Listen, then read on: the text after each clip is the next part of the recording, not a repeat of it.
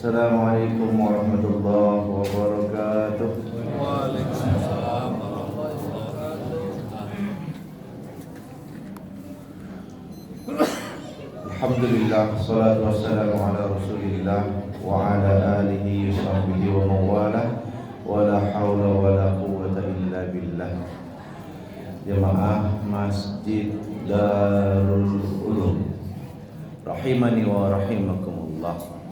Alhamdulillah kita sudah sampai ke malam 22 ada 21 22 Muhammadiyah 22. Oke, ada yang 21, ada yang 22 ya. 21 dia rulong. Nah, ajaibnya Indonesia ini, kita punya malam ganjil setiap malam. Iya, malam ini ganjil versi Muhammadiyah, malam depan pemerintah. Begitu itu terus sampai Lebaran. Ini sebenarnya rahmat atau gimana ini? Rahmat lah. Ya udah tergantung kita nyikapinya aja deh ya. Termasuk sholat taraweh tadi tuh. Di antara semua jadwal saya di bulan Ramadan, baru inilah yang 443. Terserah sih, saya mau 443 boleh asal jangan 352. Ngerti kagak? Ya, bola. Bukan 378. Cek sama Persib tuh 352 tuh. Saya pernah mengalami model ada yang 23, pernah satu di jadwal Ramadan ada. Tapi mayoritas 22, 22, 3. Tapi itu pun ada yang tiganya digabung, ada yang tiganya 2 kali salam. Nah, tuh, terserah ada mau yang mana dah, terserah dah. Nah, 443 ini juga ada dalilnya dari Siti Aisyah radhiyallahu anha. Rasul salat tarawih, Rasul salat qiyamul lail, enggak disebut tarawih, qiyamul lail 4 rakaat. Jangan tanya panjangnya, jangan tanya bagusnya. Lalu beliau salat lagi 4 rakaat, jangan tanya panjangnya, jangan tanya bagusnya. Lalu beliau tutup dengan witir 3 rakaat. Tapi ini diperselisihkan oleh para ulama karena ada hadis lain dari Siti Aisyah juga bahwa salat itu awalnya 2 rakaat semuanya. Tapi karena udah ditentukan ada zuhur 4 rakaat dan seterusnya, maka 2 rakaat itu berubah menjadi ketentuan salat sunnah. Maka hampir semua salat sunnah jumlah rakaatnya 2. Tapi ini masuk dalam kategori perbedaan pendapat di antara ulama bagaimana menafsirkan hal seperti ini. Kita sebagai orang yang bukan ulama, ubaru kita, Pak. Tahu ulama ubaru? Kalau ulama oe, Pak. Kita ubaru. Saya diminta untuk menyampaikan materi tentang apa tadi? Lihat lupa saya. Visi misi iman. Kalau nggak salah begitu ya. Har, ingetin Har aja jangan bayar loh. Ya, visi misi iman ya. Soalnya di awal kalau nggak salah nggak dikasih tema loh. Tadi pas dikasih tahu di grup, ada temanya rupanya. Oh ya, tapi Junaidi Putra selalu siap sedia. Ya, siapa takut. Detik ini dikasih tema, detik ini bisa insya Allah. Iya. Udah jadi ustadz di Radio Dakta pasti nggak bisa. Ngomong-ngomong kemarin denger saya nggak di Radio Dakta? Nggak. Jual TV ya, beli radio. Saya setiap pekan alhamdulillah diamanahi untuk mengisi kajian tafsir remaja. Syukur-syukur kalau remaja di Jati Keramat mau dengerin juga kajian tafsir remaja setiap hari Kamis jam 4 sampai jam 5. Ini bukan promosi, ngasih tahu. Iya. Kalau promosi saya jual barang ya. Ngasih tahu info kajian. Jika Islam diibaratkan sebuah pohon, maka akarnya adalah akidah, batangnya adalah ibadah, cabang rantingnya adalah muamalah, dan buahnya adalah akhlak. Akidah punya banyak nama. Kadang disebut akidah, kadang disebut iman, kadang disebut ilmu kalam, kadang macam-macam. Walaupun dengan perbedaan, tapi masing-masing punya irisan masing-masing. Iman secara bahasa artinya percaya. Tapi kalau sekedar percaya bahwa Allah itu ada, iblis lebih beriman kepada kita daripada kita. Lah iblis ngomong langsung sama Allah. Kita nggak ada percakapan antara kita dengan Allah dalam Al-Quran, nggak ada. Jadi iman itu nggak cukup sekedar percaya. Makanya para ulama menafsirkan iman, al-imanu huwa apa? Al-tasdiqum bil qalbi, membenarkan dalam hati, wal ikrar bil lisan, wal amalun bil arkan, dan mengamalkan dengan semua anggota tubuh. Yang paling penting dari sebuah pohon apanya, Pak? Akarnya, batangnya, apa buahnya? Emang ada pohon buah doang tiba-tiba nggak pakai batang, nggak pakai akar? Nggak ada. Iya, yang paling enak emang buahnya, tapi yang paling penting akarnya. Bahkan dalam sejarah Islam ada orang baru punya iman dijamin masuk surga. Belum sholat, belum pergi haji, belum bayar zakat, dijamin masuk surga.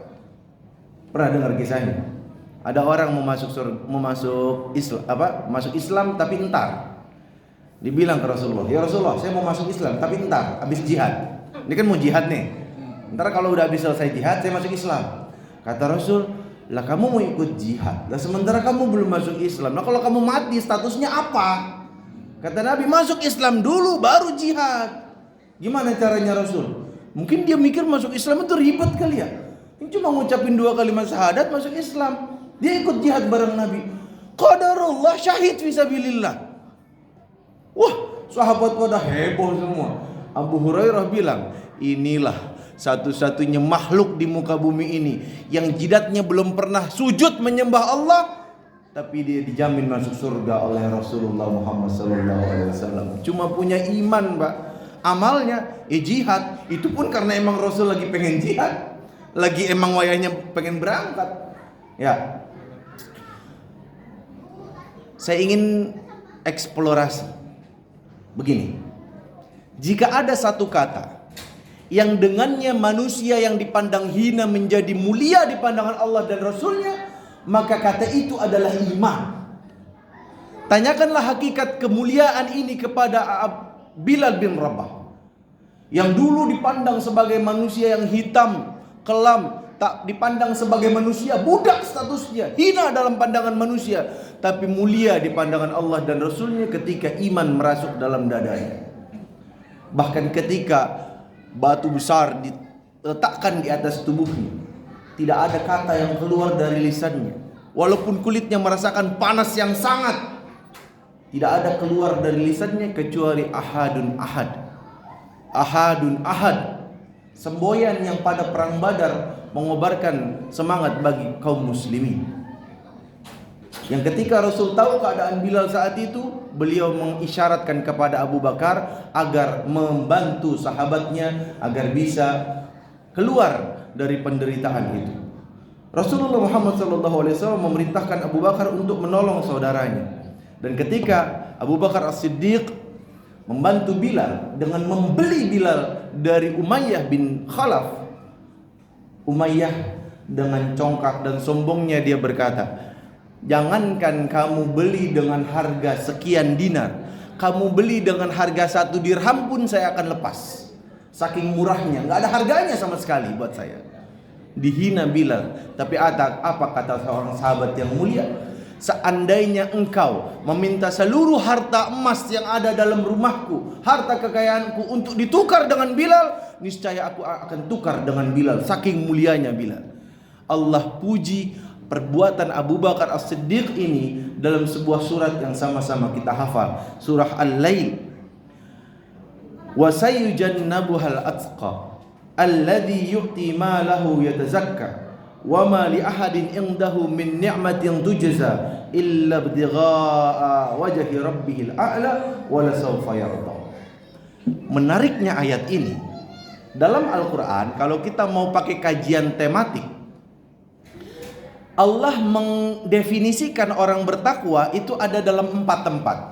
Al-Baqarah ayat 2 sampai 5, Al-Baqarah ayat 177, Ali Imran ayat 133 sampai 136, dan Al-Lail beberapa ayat terakhir, 4 ayat terakhir.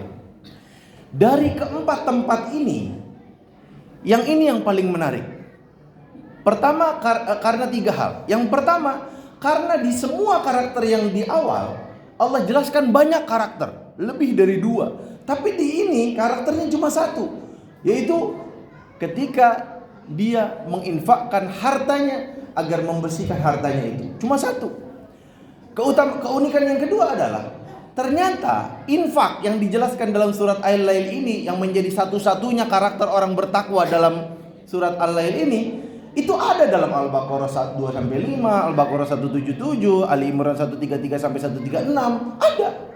Dan yang menariknya lagi, surah Al-Lail ini sebagai pujian atas perbuatan Abu Bakar As-Siddiq kepada Bilal. Yang kedua, saya mau explore.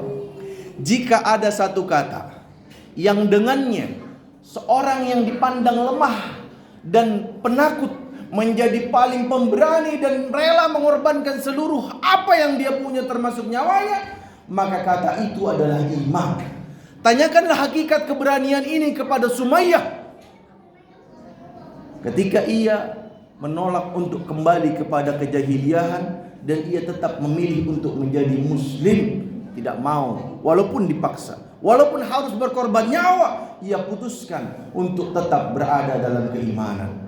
Rasulullah tidak mampu untuk menghadapi kondisi yang demikian rumit, karena saat itu Rasul dalam kondisi di Mekah. Rasulullah hanya berkata kepada keluarga Yasir, sabran ala Yasir, sabarlah wahai keluarga Yasir, fa inna mau'idukumul jannah, sesungguhnya tempat kembali kalian adalah surga. Allah karim. Jika ada satu kata yang dengannya orang yang dalam keadaan terjatuh, tidak ada harapan sama sekali, menjadi bangkit bahkan memimpin peradaban dunia, maka kata itu adalah iman. Tanyakanlah hakikat kebangkitan ini pada kaum Muhajirin dan Ansar setelah mereka mengalami kekalahan dalam perang Uhud. Perang Uhud adalah perang balas dendam orang kaum kafir Quraisy karena mereka habis-habisan dikalahkan oleh kaum muslimin dalam perang Badar dengan kekalahan yang memalukan. 313 orang tanpa persiapan bisa mengalahkan 1000 pasukan dengan senjata yang lengkap. Logika dari mana yang bisa mengatakan kok bisa menang? Maka kekalahan ini membuat mereka malu dengan semalu-malunya.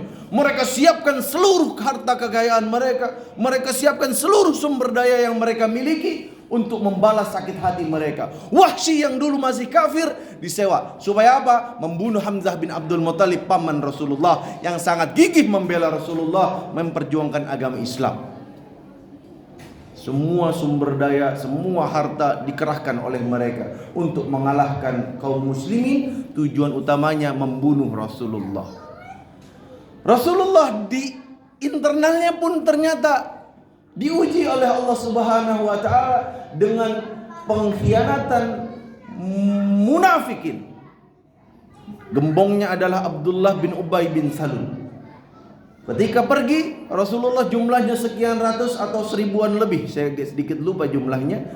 Lalu ketika sampai di Bukit Uhud, gembong munafik bernama Abdullah bin Ubay bin Salul ini memprovokasi 300 jumlah kaum muslimin untuk kembali ke rumah mereka masing-masing, tidak jadi berperang. Ya Allah, bayangkan di ujung sana musuh bersiap dengan sangat luar biasa persiapan. Di internal diprovokasi supaya nggak usah berperang. Bagaimana kondisi hati kaum muslimin yang tetap bersama Rasulullah? Betapa goncang hati mereka. Di musuh luar biasa kuat, sementara di internal kok banyak yang pulang. Tapi Allah mengilhamkan kepada Rasulullah Muhammad SAW dengan sebuah strategi yang sangat luar biasa jitu. Apa strateginya? Rasulullah memerintahkan kepada kaum muslimin beberapa puluh orang, ada 40 atau 50 orang, untuk berada di Bukit Uhud. Tujuannya apa? Supaya mendapatkan posisi yang strategis untuk memanah musuh yang datang kepada mereka. Bahkan Rasulullah berpesan kepada mereka, jangan kalian turun dari Bukit Uhud ini walaupun kalian melihat daging kami dimakan, dikoyak-koyak oleh burung pemakan bangkai. Jangan pernah turun dari bukit ini sampai kalian melihat musuh pulang ke kampung halaman mereka sendiri. Ketika Rasulullah berhasil memukul mundur kaum kafir Quraisy, sampai mereka kabur, kocar-kacir mereka dikejar oleh kaum muslimin. Begitu banyak harta rampasan perang di bawah. Orang-orang yang baru masuk Islam ini lupa akan perintah Rasulullah untuk tetap berada di Bukit Uhud. Mereka akhirnya turun dari Bukit Uhud, mengambil harta rampasan perang itu. Mereka berebutan. Lalu diingatkan oleh umat Islam, beberapa orang yang sudah masuk Islam lebih dulu dari mereka, jangan turun. Rasul perintahkan kepada kita tetap di atas, jangan turun. Lalu terjadilah yang tidak seharusnya terjadi. Khalid bin Walid yang saat itu masih kafir, melihat potensi itu, membawa serombongan pasukannya, dia putar balik. Dari balik Bukit Uhud dia serang kaum muslimin beberapa yang masih ada di atas Bukit Uhud. Kocar kacir kaum muslimin saat itu. Dari Bukit Uhud markasnya sudah dikuasai, sementara orang kafir Quraisy di ujung sana melihat, "Hei, Khalid bin Walid teman kita sudah menguasai Bukit Uhud. Dari sini kita dikepung, dari sini kita dikepung." Kaum muslimin berada di tengah-tengah hapitan kaum kafir yang sangat banyak jumlahnya. Sehingga akhirnya yang terjadi, Rasulullah jatuh ke lubang yang dibuat oleh seorang munafik. Rasul jatuh, sulit bagi Rasulullah untuk bangkit. Apa yang terjadi? Ada sahabat yang mukanya mirip Rasulullah dibunuh oleh kaum kafir Quraisy. Lalu mereka mengatakan, Muhammad telah mati, Muhammad telah mati, kita telah menang. Mendengar ucapan itu, Rasul segera berusaha untuk semaksimal mungkin bangkit. Lalu berkata, aku belum mati, aku Muhammad Ibnu Abdullah, aku adalah Rasulullah, aku belum mati. Mendengar hal itu, kaum kafir Quraisy yang ada di sekeliling Rasulullah mencoba membunuh Rasulullah. Tapi sahabat yang ada saat itu hanya sedikit. Akhirnya mereka tidak punya pilihan lain. Mereka yang menjadi tameng hidup membela Rasulullah sampai titik darah penghabisan mereka. Mereka mungkin bisa membela Rasulullah dari pedang-pedang agar tidak sampai menyentuh kulit Rasulullah, tapi mereka tidak bisa menghalau panah yang sampai menembus pipi Rasulullah. Robek pipi Rasulullah, tanggal 3 gigi Rasulullah, berdarah gusi Rasulullah. Apa yang terjadi setelahnya? Kaum muslimin mengalami kekalahan yang sangat luar biasa menyedihkan. Sebagian ulama ahli sirah mengatakan sebenarnya kita nggak kalah-kalah amat, karena tujuan mereka membunuh Rasulullah dan Rasul tidak dibunuh. Ya tapi apapun itu jelaslah kondisi kaum muslimin nggak menang itu yang pasti. Kalaupun nggak dikatakan kalah ya nggak menang lah, nggak menang lah. Bayangkan orang baru menang perang Badar, tiba-tiba kalah dengan sangat luar biasa. Kondisi Rasulullah luka parah, pipi Rasulullah robek. Banyak sahabat 70 penghafal Al-Quran syahid dalam perang Uhud. Ya Allah, kebayang gak gimana ngedownnya para sahabat saat itu. Lalu Allah subhanahu wa ta'ala dengan segala kebijaksanaan, Allah subhanahu wa ta'ala menurunkan satu ayat, yang ayat ini menjadi penenang hati orang yang beriman. Ayat itu mungkin kita sudah sama hafal. Apa ayat itu? Wala tahinu wala tahzanu wa antumul a'launa in kuntum mu'minin. Jangan kalian merasa hina, jangan kalian merasa bersedih hati. Kalian yang paling tinggi derajatnya dibandingkan mereka jika kalian adalah orang-orang yang beriman. Buya Hamka dalam tafsir Al-Azhar mengomentari ayat ini. Nangis saya baca tafsir Buya Hamka itu. Beliau katakan, orang kafir bisa mengambil harta kalian seluruhnya, bahkan bisa membunuh orang yang paling setia membela kalian, berjuang bersama kalian. Tapi ada satu hal yang tidak bisa diambil orang kafir itu dari diri kalian. Apa itu? Iman yang ada dalam diri kalian. Tidak bisa diambil oleh siapapun.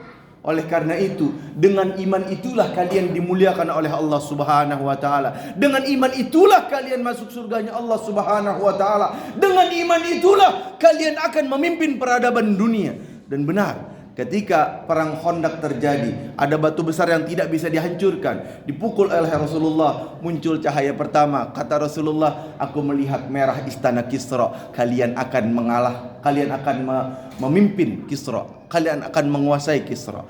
Lalu pukulan kedua, muncul cahaya lagi, aku melihat putihnya Kekaisaran Romawi, kalian akan menguasainya. Pukulan ketiga, pecah batu itu, muncul cahaya lagi. Aku melihat nanti kalian akan menguasai Konstantinopel.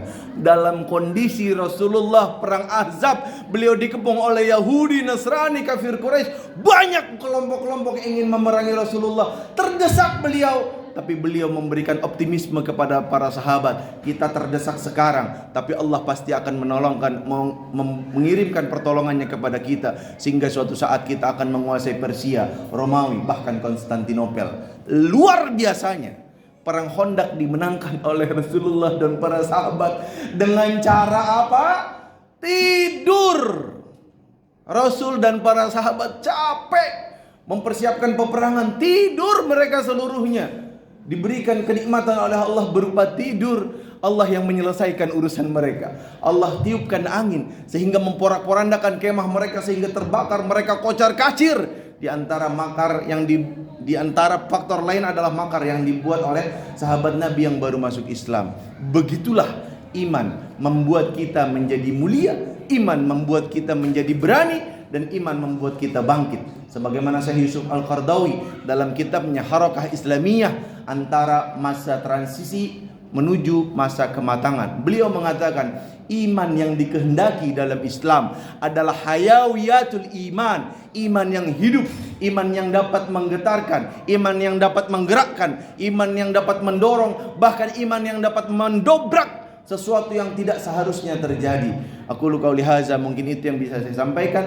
Semoga Allah menjadikan bulan Ramadan ini sebagai syahrul iman, bulan peningkatan keimanan kita, sehingga keimanan kita di masa-masa yang akan datang menjadi keimanan yang hidup, yang bisa menggerakkan dan yang bisa mengubah kondisi menjadi jauh lebih baik lagi. Terlebih katanya ada mau pembebasan itu ya, rumah ya. Masya Allah, ini keutamaannya double-double nih. Keutamaan sedekah, keutamaan apa lagi? Ramadan, ya. Tadi bulan Ramadan pula, apalagi hari Jumat, Masya Allah. Ketua DKM kita udah ngasih luar biasa contoh. Berapa juta tadi? 7,5 juta. Bingung saya, ngitungnya gimana 7,5 juta? Nggak pernah saya megang duit gitu. Insya Allah, semoga Allah berkahi siapapun yang berinfak. Semoga Allah menjadikan kita sebagai orang-orang yang dikumpulkan dalam kebaikan di dunia dan dalam kebaikan di surganya Allah Subhanahu wa taala. Mohon maaf kalau agak kelamaan. Assalamualaikum warahmatullahi wabarakatuh.